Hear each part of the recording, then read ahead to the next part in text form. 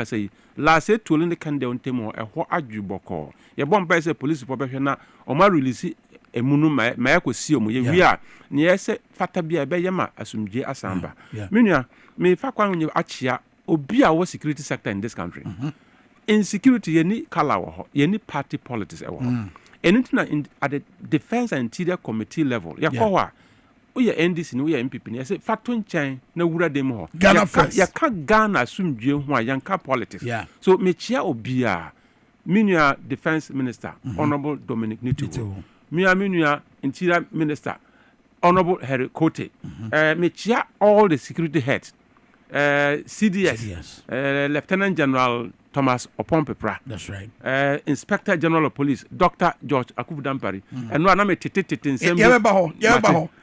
right. But masem na mibisa I know can answer ya me chia Comptroller General of Immigration Service, me chia Chief Fire Officer, Director General Immigration Service. Me chia obiya but Ghana first. Minia say oye Ghana ni Rollins ka asem bi amre bi atwom ma radin fa na kransie. O kan asem bi or see democracy na yakwatambaye no esenka ye hwe se we will customize it to suit our own system. That's right. Enye ne obroni ne hwe na yakọ copy and paste no emboy. But as we grow in our democracy after 32 years, I'm say ye hu niam bi a ensem fata kakran kakra be ye ne ye. The Fourth Republic remains the most resilient republic of all time since 1957. Aye bo ho ban se ebeche. Na oye Ghana ni na se unnim faso a ewo chieftaincy ho a na ebia free ha ana media media and chieftaincy minua mame mfa ncha se chieftaincy wo okokro bia so a hwe ohene a sabio ohene a ofise obia no ombunu obia mbunu enso ya be si ne hene ma ote akonya so efre no ohene minua oye politician president minister MP obia betuma didi watem but eba ohene na aya na ya tekrema e modu kakra because they stand between the spiritual and the physical. Right? They are the custodians of our culture. They respect, we revere them with our hearts. And something unique about Ghana is say, Obroni ba Ghana ha, unze de bia abrofo ba ye kotum for. Yeah. Nana, me mama who's now a chiao, babia obia. Ye kotum for e the culture of Ghana in terms of chieftaincy, even from Commander Hill time, 1874, based in there, Obroni ba Ghana hunim say, ahinie no de ya de bia ye soronko it defines us so oye obina ana oye pani na onfa obuoni ni de ema hemfo a bibi kakraka so sometimes me hwe niam no bia ekoso a say president ma hu babia President Rollins may so rest in peace o hu ahemfo no wakoto no wa chia omo na say de ye hu say president no kra kwa say ahemfo no mo nsoro ngina no be chia omo because somebody is coming minia. Your position was given to you by the power of the thumb. By 7th December 2024, na ya to abayi President John Dramani Mahama. Na uya hani over no dendende. By 7th January 2025, onama ope asan kwa ahimfie no ka kire mo so mo nsore ngina ho. E ho no be hu se ne na uya no ensam fata. But ahimfo no me da mo ase. O manya abotre. Mo nsore no mo asore. Osore ogina ho a ohun. Prophet TV Joshua ma radin fa na kransie. Emre bi atwom. Obi ne yire nyantokoma. O ka kire oba ne se kotu kuna ni na pa ne chawo maame ne kotu ye na papa no hwe ni na se ho na wo dada no physical wa kotu but spiritual oda se gina ho ombu ade so ahemfu no bebre ho a physical omo gina ho but spiritual omo te ho because they can't stand up but they don't like confusion no ma sora gina ho a chia but in their heart omo te ho they will not get up na emere no so a omo kire se umfa obuoni ni de ma ahemfu a omo kire se Ghana ma mere na wo ho no unsem fata se obedi yanim but babi a nanti akoduru ntino anya hwe anka 4 months more just like 4 months now 4 months more but wonim de betima sichina I mean say ade we tokoso a to say the bench and for kind no does it not pose a threat to yankasa ye bambo se oman I mean to the sense say bia enkophobia ankonya ntiase se mampanyi hye omo hene so onsori a entimi haye mini am pa chome dase ye wa National House of Chiefs nananom me pacho ye timudin a na ye buye mu kakra na asore because ye bumu National House of Chiefs ne ekoso no se moni je ho a monkoso nye din ye beboa ma ye din ba se mo kasa ye be kasa bia boa mo so ma me fancy ha ya ehonum aya ye nkwa kire bebre but I know as a matter of fact obisa ohini bia wa Ghana ha ne ya mo ho TV so no obi fi say oh we are doctored a year na and I'm say video no lie And now he say, hey, what is happening? Is it power that has entered his brain so much? Nurafi say, nana. Dino kra chere nana. Oko hu nana nom. Almost ye nana nom empenifo ahemfo. Oso omo nsore nchia o. Omo asore achia o. But nyame a wote soro nim say omo kuma mu no omo nsore. But emra no so a I'm telling you as a matter of fact. Yeah. Nana no be kasa. Omo hu say nia wo ye omo for 8 good years no. Omo bonjo so. But omo nim say democracy na ye omo constitution a chere say oh omo bonjo so anya abotre. Emra be so ma wa chere say me bonjo so. Emra no so eba. Nana no be chere say we de yam pese be ti bibium o we mpanisem biam. Yam pese be hu bibium na ombeto aba ma na ye fe. Yam fancy hwa. And look at the sharp contrast between your ye and His Excellency John Dramani Mahama. Me pacho President Mahama de o kana asem a. Friend nkola bre mu nyina. Ko Gonja manu mu na ko bisa President John Mahama ne history. O you obi a bre no ho ase. And sometimes you see to me well bitirimu na wasesa. Nema mienu na timi sesa nipa o. Especially member to me and sika. Wow. Onye sika kra onye tumi kakra. Nipa unim na no bre no ho ase na wa man no ho to. Sometimes me catch them in crop for say I'm a member of parliament for West. But don't think that the title MP will change me. Say no unim me wo men club bremu sa na metie. The title MP is just a temporal thing. Me be sumo me wi na me ko. Yeah. What you say? And so obi wo onye tumi kakra. Minua ahomaso kankan bia obehunu wa. Sometimes eya na e won. But I'm telling a matter of fact for President Mahama, you can't take it away from him. Humility personified. Obi na ka still obi so arrogance personified. But so ope humility personified. Or yes, President John Dramani Mahama. Nipa na o shaba odiso. On shaba on diso. And pay na me tunyum bia meba. Me tunyum na me say, "Hey, sa nyum we die. Unza me vandal. Come on ho yetimi se sanyum no to reflect reality." Okay. What you say? Ko Mebo nidi dada. okay. Ama nsanyina unse mi wa bere mabia nidi no JM. Okay. On shebo on diso. Okay. On shebo on diso. On shebo a woni so. Anything I say, mebo nidi dada. That's right. Ama nsanyina unse. Oh. Me wa bere mabia. Nidi no JM. On shebo on diso. Interesting. Minia. Zeno. Eti I don't know. Yankoye ni dia. Na ye wura ye bambo won say over the weekend to say the okan no. Ye tete say enam IGP leak tape ninti e ba be ye nyina so ama yapam ye IGP e bi kra de no mo say yapam na no. What is that say we na no kra? Minia mpa cho me da ase. Obi a ope IGP adibia no pe mechia no. Ni oti akonwa so Dr. George Akubu Dampara oso mechia wo. Nyankopon na di see ho. One day oso be come obi aba. Eye ne anase o chena mepa cho menim. His Excellency President Nana Adodanko Akufo-Addo ona kita to me e wo mramu say obe appointed IGP. Or appointed IGP I see in consultation with the Council of State. President on consulted Minister of Interior and sana wa appointed IGP. On consulted obia. The only provision our constitution is in consultation with the Council of State. Or we are not appointed. Or appointed no explanation. Or kase obisu kofia no explanation. Sesi America say me pacho menye juma presidency. Omo amoye juma presidency no so. Almost near yatia ne say bibia sa ni ho. Apre enaba. But let me tell you it's nothing new. Hwe ya appoint to IGP na. Additional officer wa sha say ejuma no. Sa dana na ya sha say etutu ase. Sa very day na wo sha say na amafo sha say lobby. Corner member.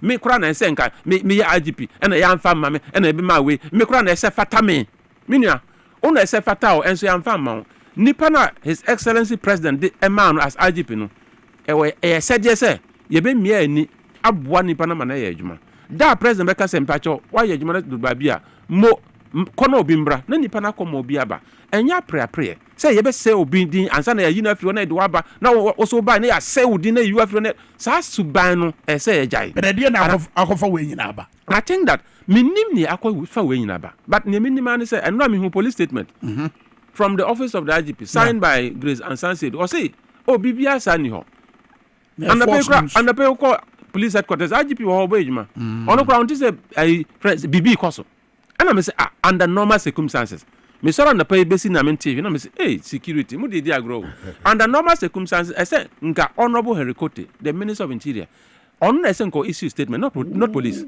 Why should police be issuing statement? Look, President Nana appointed as IGP and I appointed Obi as supervising minister. And I say you are free hole. Let the minister speak.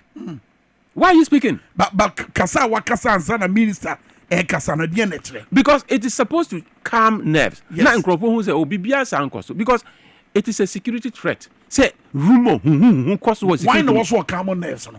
The Minister of Interior. But in this case, he has not said anything. I'm surprised. I'm surprised. I am from Sokese. And run at the end, social media, I think a minister, you don't even need to issue a statement. For a radio station back home, no more true question. Yes, say, ye IGP free. Minister Wati, Obian Quadan, Bibia Sani, one line. Case die. One kasa, and you remember, I didn't a minister on kasa. This is serious. If one of them say police issue statement, and I'm saying, well, if it's in collaboration with the minister and issue statement, they are fine. But near SF Fatana saying a minister in the Bekasa. But I'm I didn't think a minister in Casa. And a minister near cost to Nijuana. Maybe some question. Minister, when in Juan Casa. So a bit leaving room for speculation. It leaves room for speculation. IGP minister, I didn't echo. But any minister appointed IGP. A president appointing. So whatever the situation is, the backstop with the president.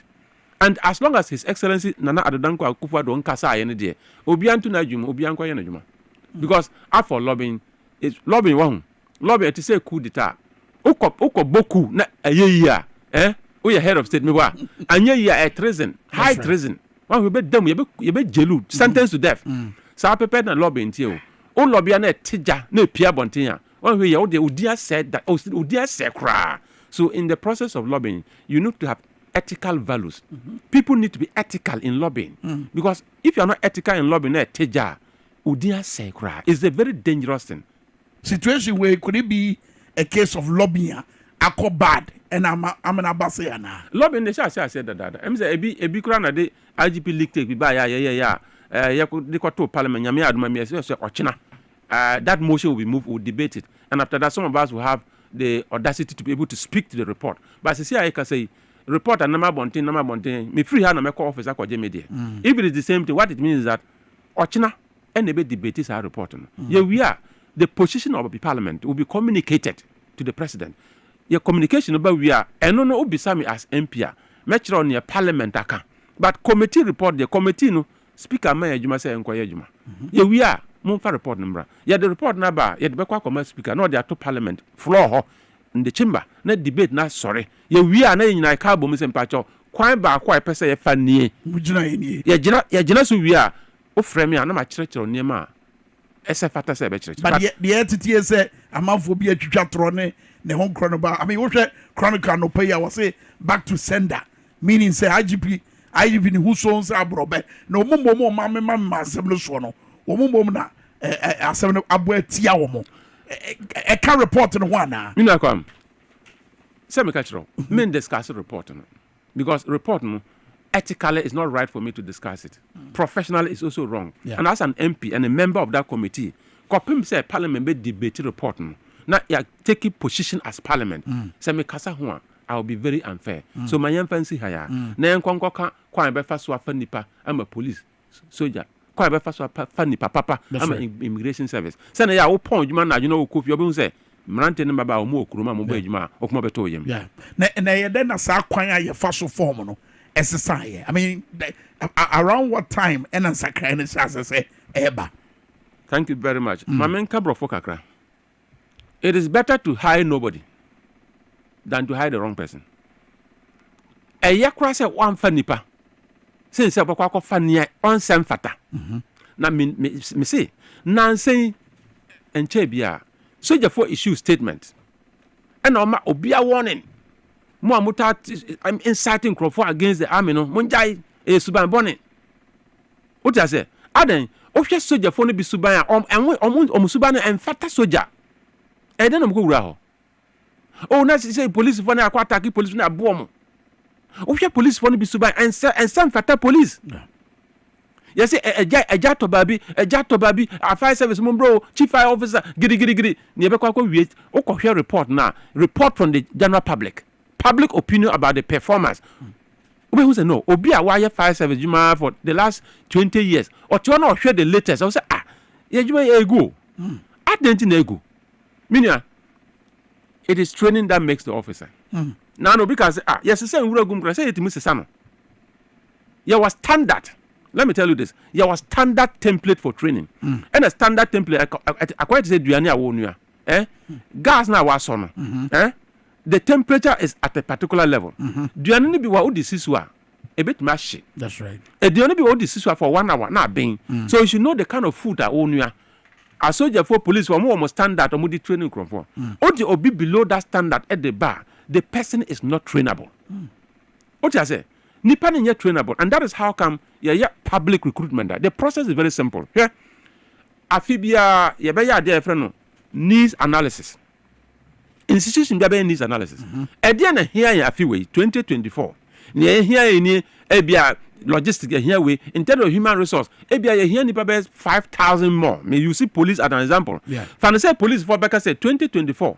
Say yen nipa be 5,000 at the guma because ebia will be retire ebia judgment no the attrition rate na ohwe nipa o mo reduce na nipa 5,000 guma be boy oka ya nyesa obe kwa bonti akofra wo fa sempa chofa nipa bra o ye chro letter the command minister of finance baka cho say 5,000 na wo ka no nokra nyame anim aban kukumu ohwe ye friends kitini mu a 5,000 ye the cap payroll no enti mentua yes rawa montin ba from no monya 4,000 for example so omo the 4,000 ba and the friend financial clearance all the financial clearance to come police for no the first thing you do is that omo advertising ye be fanipa and in that 4,000 your categories abia ye pe omo am be vanguard ye pe omo investigation ye pe omo doctors ye pe omo lawyers ye pe carpenter for ye pe mason for sa categories ni na definition.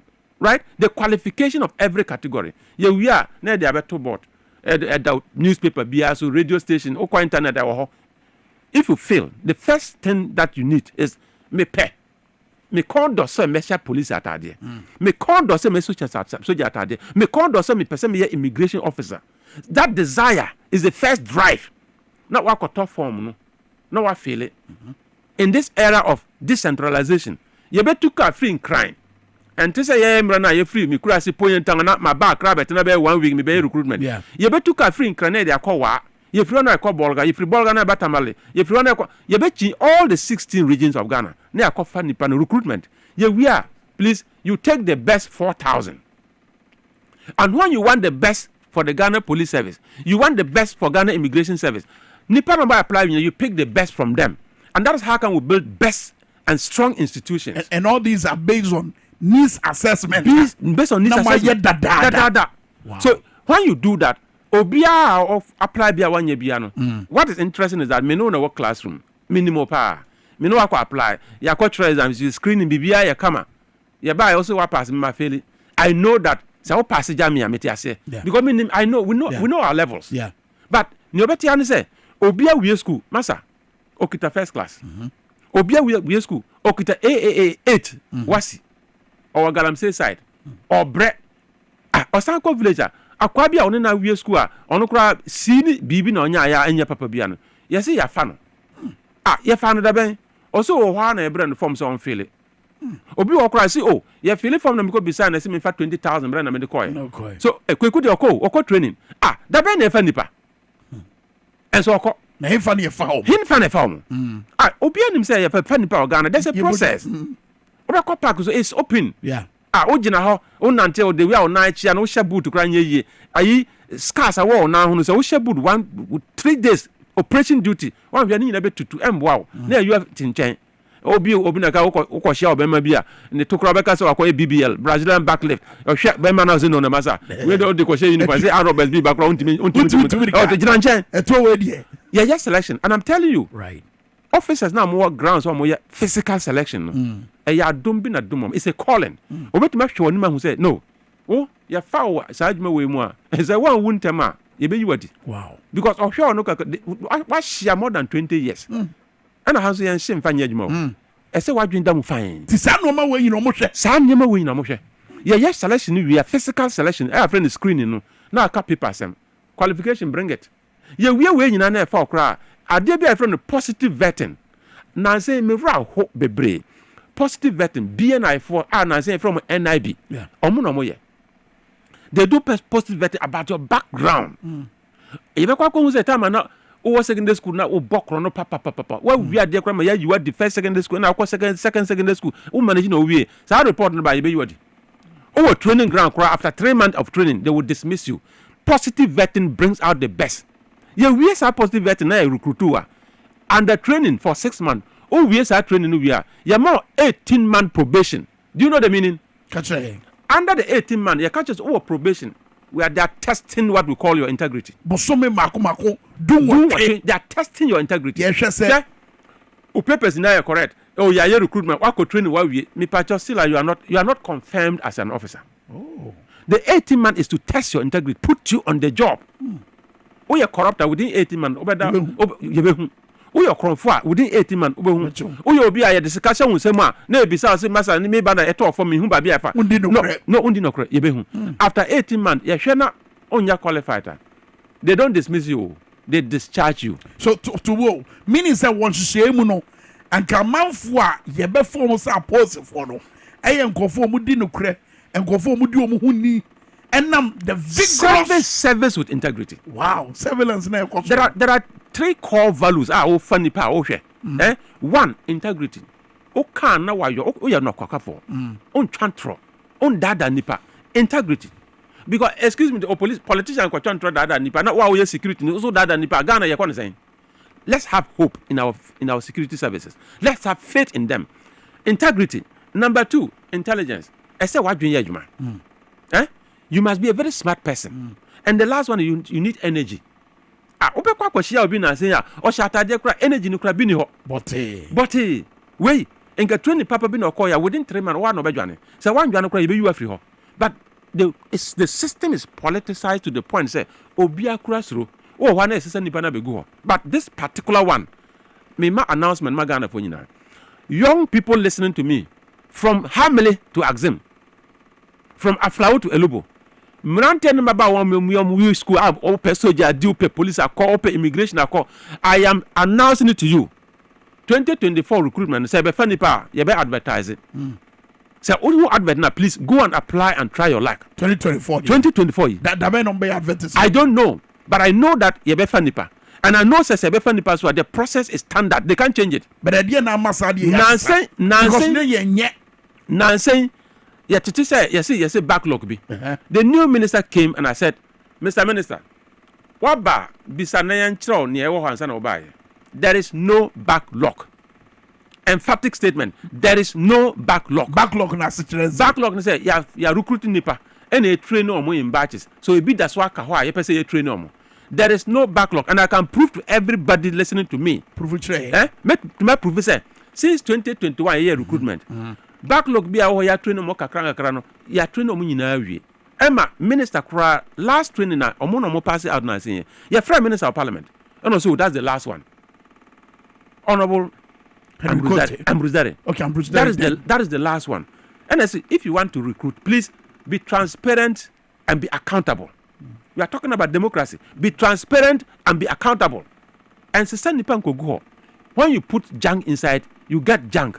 And when the police service, the Ghana Armed Forces, the immigration service say omo performance and cost roa, when they are underperforming, don't blame the command.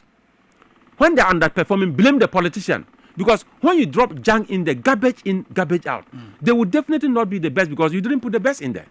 So this year, 2024, recruitment be a customer, and I'm assuring everybody, say omo advert. Na niebetiane say yeah the boss assistant nipa ko go training school bia. I will tell the Ghanaian youth, say advert be any ho. They are not recruiting. Maybe almost training for reserve force. Almost training the youth ni na say almost standing by for reserve. Actually no. Ombe you the best to recruit them into the various security agencies for bargain. Some who ni see we Kenya no. Ghana for better may worse than that. But the reason is that Ghana for youth no, our maturity level in democracy has gotten to the point that near can say, oh don't worry, 7 December is coming. We will demonstrate to anybody who is in political office that we hold the power to vote you in or vote you out. And anything Ghana is, I know. We are so mature to that point. But I'm telling you, as a matter of fact, that level of maturity, when you take it for granted. Now, if it's obet because you're minister, obet because you're IGP, obet because you're Comptroller General of Immigration Service. I am saying that you can't do but I am telling you, recruitment this year. So I'm just slot no. No mo yi nkrofo. Na se mo kod good depot. Da mo kod depot no be kod depot ne ho ayema. All the youth who are also interested, they will all take their bags and go there because there is no recruitment anywhere. Nobody has heard it. We will all go there. Train all of us. But expectation is say, yes. But Amba na se ekukwamu secret recruitment. Uti we na afro say, hey, kwam, uye adwuma pa. Sa asem we enkoka o. O de fa nipa tubra. Na so why dina akofa nipa tu akwa. Me amete hayi. O ma me nipa 10. Na me mboa na nya secret recruitment. I'll tell you, it will damage sa nuaba na ye duadua no. Enche na afifi o. Within 6 months na afifi. Yes, in security sector. Udua it takes 6 months. Ebe fifi. Fifi we are. I'm telling you, when it becomes a plantation, one can say, "Oh, you want to row?" And no son of the I mean, let me give you a simple example. Sure. All the case back up police station.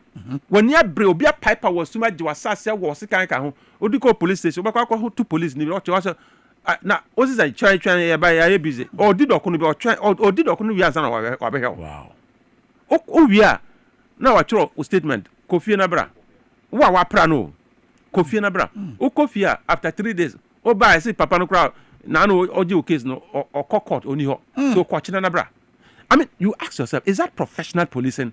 No. Now then I say, yeah, the wrong materials are good system. So who are supporting wrong materials into the system? No? That is what you see. What is interesting is that IGP one, Inspector General of Police, who made my pension and or China now one police case. Now what the Milkako police station. I'm a sergeant. I could hear Nima can't match wrong here Benuma draw. Now Bisan say, you do know me? Or say no, sir. Oh, I am the former IGP. I say, former IGP. Okay, Pachotanasi chairman beba. Me former IGP in Pachotanasi. Nipa wa. Because only protocol no. Not even protocol. Only me jumano. Wow. And a case now de bano crowd on tio papa bia. O tio no kuma ya. Na business okuma ya. Time we are the head of the institution. What transformational system did you bring in? I mean, who created any? Dia no de ba ese nema de mesisa. Mekai David Asante Pietu, former IGP. Mr. David Asante Pietu ba no say the way anemesi kwai there no kra yan kan ba kope. Ade na say and introduce the police transformation agenda. Let's transform Ghana Police Service. Enimu na ewe mindia chire hwe ba bia mo akoduru. But with that transformation, adeda na ya no 1974-75 na friend Ghana Police Force. Yeah. And if you about Ghana Police Service. Mr. Mohammed Ahmed Al Hassan, former IGP. Oba no say, when you want to change force to service, the two mentalities are different. You need to have a different curriculum, different training to move the police officer from a force mentality to a service mentality. And of course, sa Amor Car Squadron, sa coup d'etat time, sa unit very powerful. Yeah. Was a son a form police unit. FPU. And for 20 good years, I pass Act 491, Public Order Act, 1994, I pass as Act. 2014, and Mr. Alassane Baye say, for us to be able to operationalize the act professionally, we need a new unit. And that new unit will specialize in what? Crowd control. And the form police unit by. And they will demonstration. And in the first, they the AK-47 live ammunition demonstration. And then, and you cry a yara. But we are still and you bonini tear gas. Tear gas and pepper spray. Mina tear gas ni pepper spray. And a friend saying, near the touch you another week near the end. Me patch on me that's it. And ya the AK-47 na kwa jina hwa. Ya two be minimum and sana nipa be 4-5 who are. And obun say, enya kurano. Me say yeah. See like there's room for improvement. But let's move forward. But I'm saying that as for recruitment, if you are not transparent and you are not willing to be accountable to the Ghanaian people, you will collapse the security sector. Minya, if all the sectors are collapsing, do you know, as we speak now, Ghana, our democracy is anchored on a solid security sector. In Kaninagu, the economy is in trouble. Energy sector, trouble. planting for food and jobs, agri sector. We don't even see the food, and we are not talking about jobs. Ni nyinaa a challenge. The only sector ultimate da uka say, Radi bomb say eno kwande. My young fire and some air conca. And I say, don't touch it. Bambo. The security sector. Especially in an election year. I am saying, Minister of Defense, Minister of Interior, National Security Minister, these three ministers, I am pleading with them as professional as they've demonstrated over the years. Me pacho so obia diegua, momo diene die. Monka say Ghana nti. And that is why when we go to the Defense and Interior Committee level, the party the 12 now you can't Ghana sem.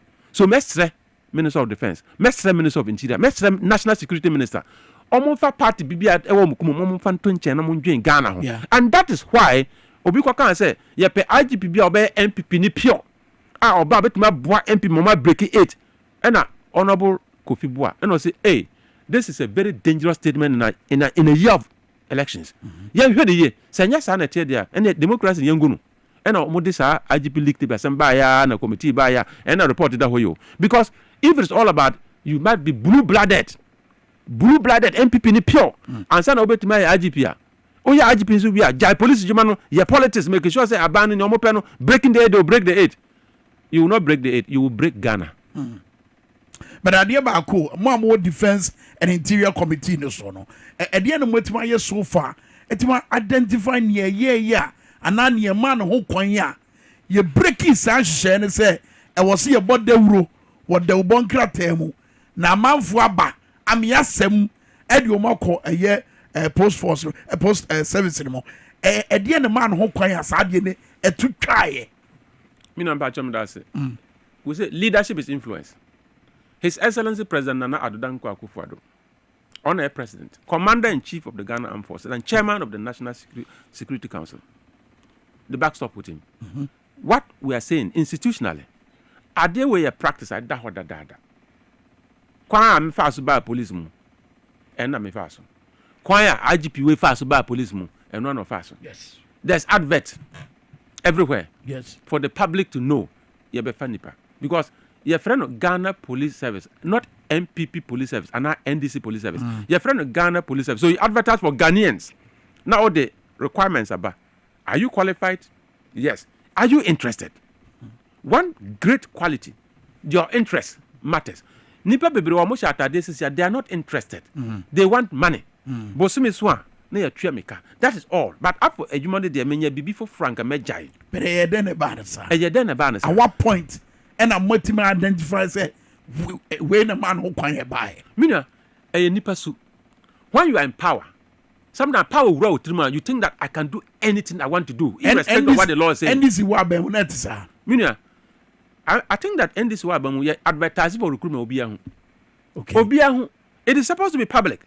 And I'm saying that at this particular moment, Honorable Herikote take over as Interior Minister. He's a new minister. Me bomb say obe make sure as a name be. But I'm also telling the IGP. I'm telling Controller General of Ghana Immigration Service. I'm telling the Chief I Officer. I'm telling the Director General Prison Service.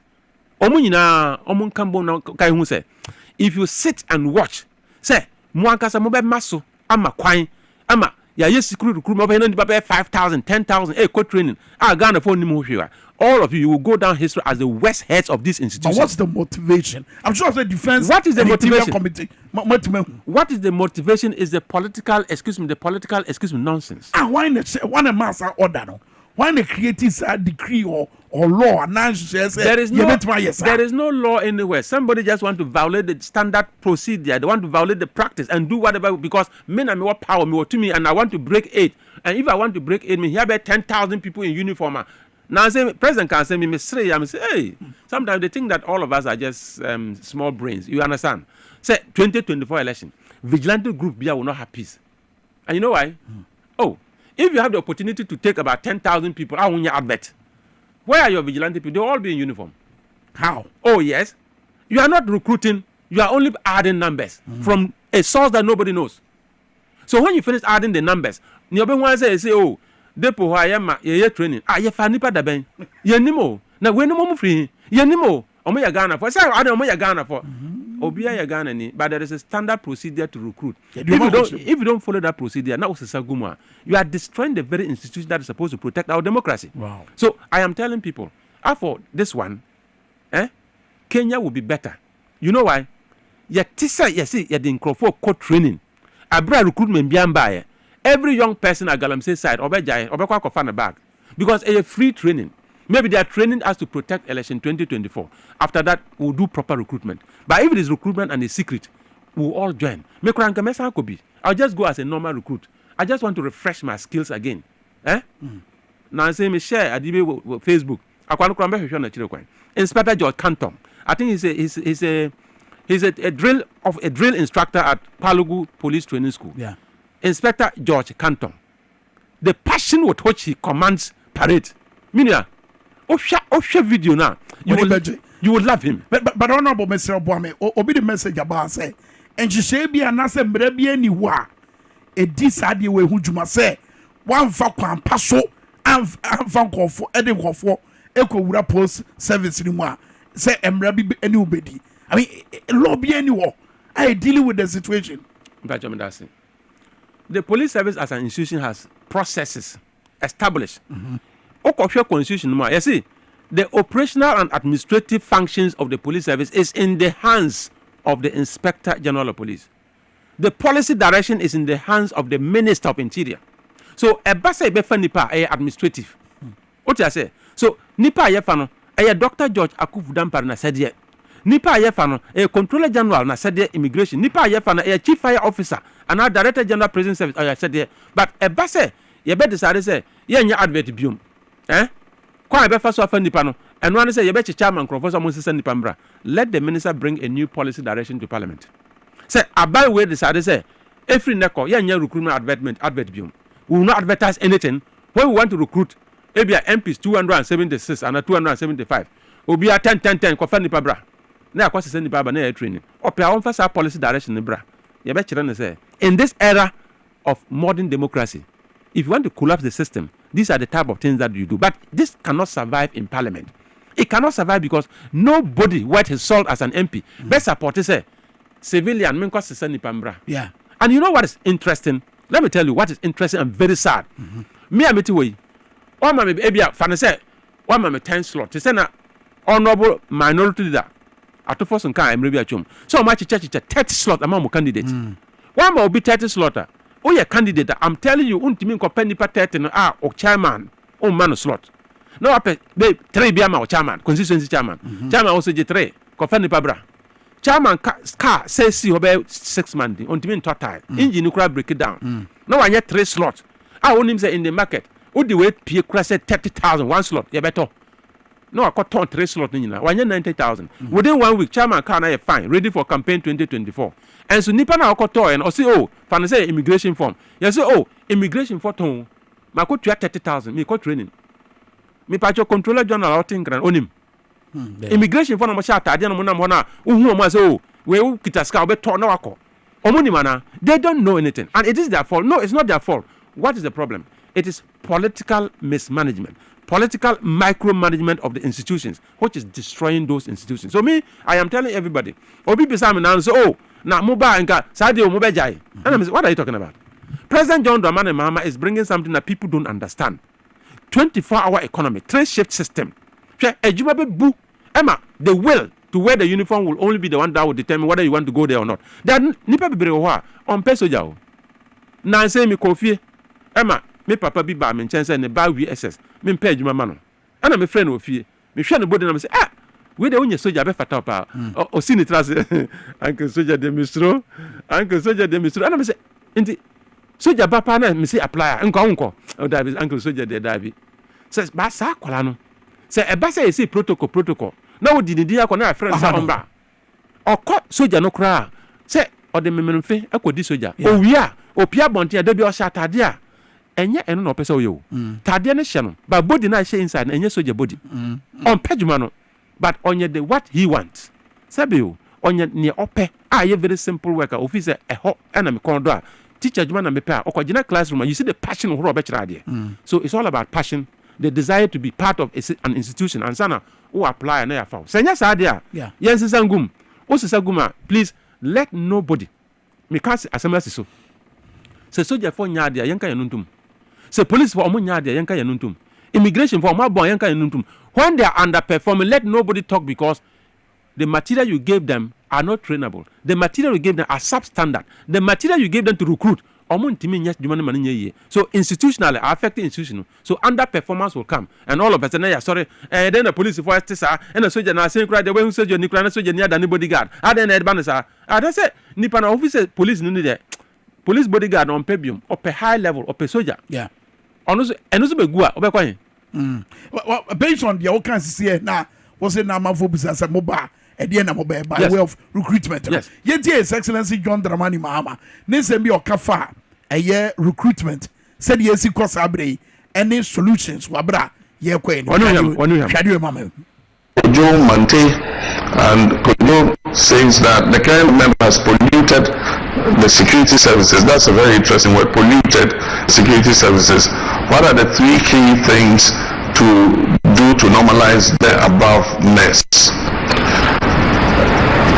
The security services are manned by Ghanaians, and I don't have a problem with the men and women in uniform as long as they act professionally. They should always remember that they are servants of the state and they're supposed to give service to the state of Ghana and not be used by any political party or any administration as an extension of that party. And so I urge our men and women in uniform to act professionally. We're not going to come into office and go persecuting any people in the security services. Indeed, we need more Ghanaians to come into the security services. But to solve some of the problems that have happened in the past, where we have accusations of selective recruitment and so on and so forth, as I announced before, we're going to decentralize the recruitment of the personnel into the security services. So every year, if we know the number that we're going to take into immigration and fire service, in police, in the army and all that, we're going to have a unified application form. And so if you want to serve in the security services, you fill that form and you indicate whether you want to go to immigration or you want police service or you want army. And then all the services will do their recruitment, but they will do it on a regional basis, so that we want every Ghanaian, no matter where you live in this country, to have an opportunity, if you want to serve in us security services, to be able to do so. And so the recruiting officers will come to your region, you will go, you will do the exam or whatever they want. If you pass, you are taken into the service. And every year, anytime we have to do recruitment, we'll go through the same process so that the security services have a fair representation of our whole country in those services. And under my administration, I'm not going to use the security services in a partisan manner like they have been used these last few years. We're going to enjoin the security services to be well trained. We're going to provide them with the training so that they're able to discharge their duties effectively. His Excellency John Dramani Mahama nano awoni yeshi awoni free the office buy them to say the nano kufuado yebi. But we will buy no ordinance area day ebetu yeni. But messages are what about beyond the President Mahama Eka. We say, please, what Honorable is saying may not be true, because I have a son who has finished with military recruitment vetting. They are more than 2,000, and up till now they are still in the house. What about that one? Thank you very much. My main answer question. No? Yeah. Asema yekan soldier for advertise for recruitment. And a soldier, especially say, we a degree holder going for senior officer. It can take like 6 to 7, 8 months for the process. So nipa na wofino, mananya na jun say ebia murefino. Gradually they will go. For the military, they have done a bit. They began the recruitment process, and for senior officer level, it takes a very long time. Say, oh, a private soldier, it takes a very short time for you to recruit a private soldier. So the military have done theirs. We are waiting for the police. We are waiting for immigration. We are waiting for agencies under the Ministry of Interior. Those are the ones we are waiting for. Say, they should take a cue from the Ghana Armed Forces. They should take a cue from. But you see, President Mahama is virtually painting the picture of the status quo. Time all your president, near not all your and catch no, it's not. That is who he is. Transparency and accountability. decentralization of recruitment. Obian apply na yanko na recruit. Utie ya na ya foul. Utie ya try another time. There is no more so. Nipa na okache say if polluted no. Enya president mama na kan yo. Ordinary Ghanaian na kache the security sector has been polluted. Say the fear frame. You didn't fear frame oba be dan. And on o chire no say me ba. Say na mu nim me no. Say na me ye no. Say na ya utimi kwa jina park so say misma apply. Kurasi ni back to say me. Emi free me kurasi. Misma apply na wakọ jina na ya short tintin gram. Ya few papers a ukita bini sini any ade wa qualify. You wie bibia na wakọ medicals wa qualify na wakọ training without knowing anybody. You don't need to know any big man anywhere to be able to go through. Sa de na oye no. Eno ka say me babaka. Me. Inshallah in 2025 me babaka. Na say ye recruitment na say na etie no sa na meye no. But say fee woman say we fee ni free ho na. Me te say no waka bibi say ye betata obi a. But the fee woman na. Minya say o wa atade na efia. Say o kwata stamina. Na obunsuo.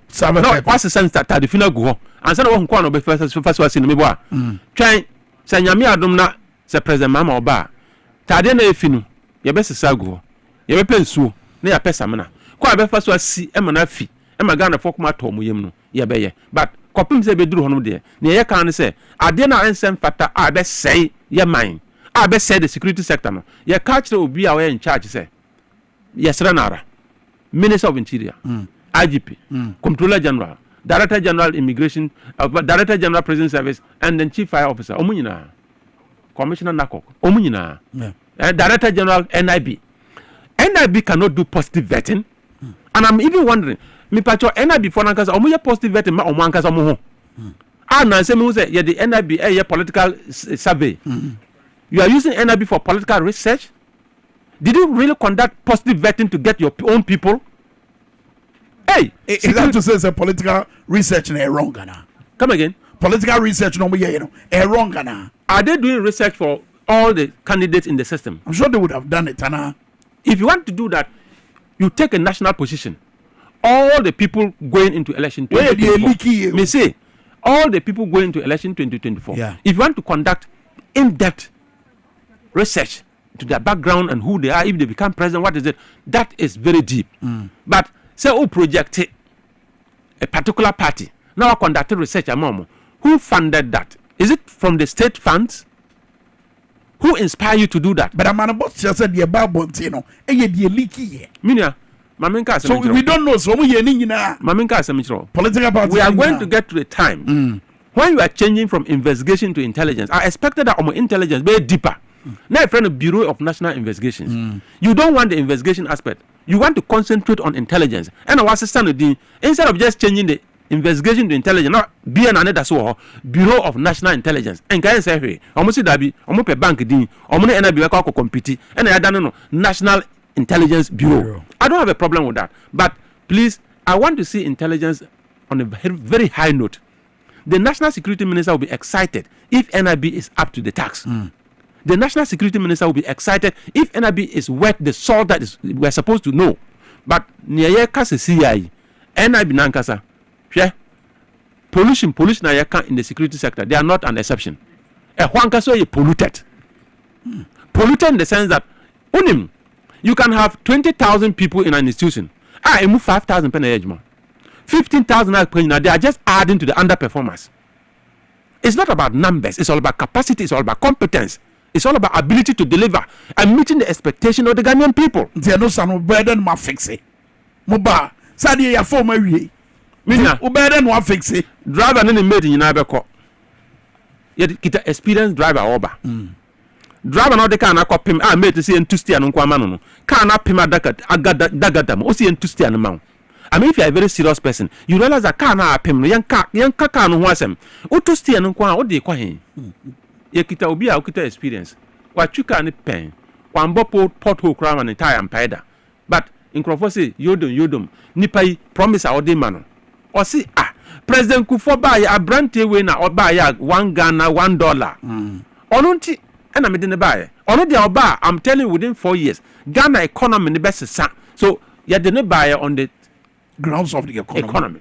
And then they on kind economy asem because $1 to 4 cedis na say out of incompetence of President John Dramani Mahama. So say $1 to 16 Ghana cedis. Yanka dollar ho asem. And that one is not incompetence. I think that one is actually madness.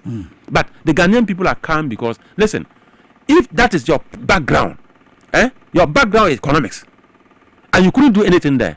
Say I am now president. You want to become commander in chief. When the economy is not standing, the commander in chief doesn't even know what to do. How can we have a safe country? I am telling, as a matter of fact, the decision of the Ghanaian people is confirmed.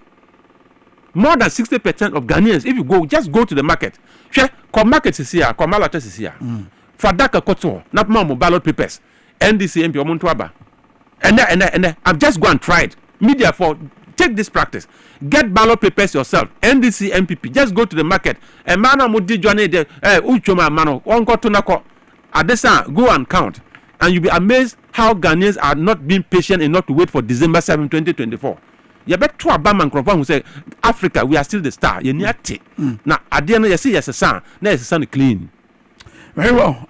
Honorable Lanchene, Madam, as a message is be we say Kwame tell the Honorable NDC MP that the Chief Justice bodyguard. I don't know this also mean to be count. Catch us on framing. I'm about to my clean up. Me say catch the nipa on framing. I'm not from. Yeah, will be a friend of security sector reform. It's a very powerful program that can transform a whole country. Wow. What do I say? And yeah, Bibia but Ghana is a solid country, and we are people with brains, people with expertise that can put this country in shape. And I'm telling you, if you're able to do things right, just 1 decade, Ghana will become a country that is admired by many. Very well. Young can okre. One thing, integrity. Oka na wayo. Engineer Meka say, President John Dramani Mahama, onyo obia osheba on diso. Oka na wayo. And until my friend, His Excellency President John Dramani Mahama. Yeah, that's a friend of His Excellency because in him say, or Sani Babium. Nothing stops it. Nothing breaks anything. Ghana is solid. And they will hand over smiling. Sometimes when I hear them say, oh, we are not going to hand over. And I'm saying, oh, who gave it to you anyway? Did you go to collect it? They gave it to you. And the people who gave it to you, they will collect it back. Ghana for the carbon and sympacho, jikita mayen. Yes, babaji, ose on fama. Ade, oka say, it is a yankola brimu, opa pato ball ma, okwa boy na show team and okwa ball na show bondo say match near close. No, Ghanaians have the sovereign right to vote for anybody they want. And when the will of the people is announced clearly, you will hand over while smiling. And all you say is that Niemana no kick any political talk. Very honorable Peter Lanchene, you better say, Mrepemu, you better say, Kasad, you better see your parliament to show, you better do a IGP report. Yeah, Nyamiadma, watching a report, I think I'll have the ethical right to be able to go deeper into the matter to ensure, say, Juma, Ubiabetia says, we do it without fear of favor. We're serving Ghana. Very well. But that's it. I was here, Midiana Kwame, Katanya Miadoma, you better say, bye bye. It's fine.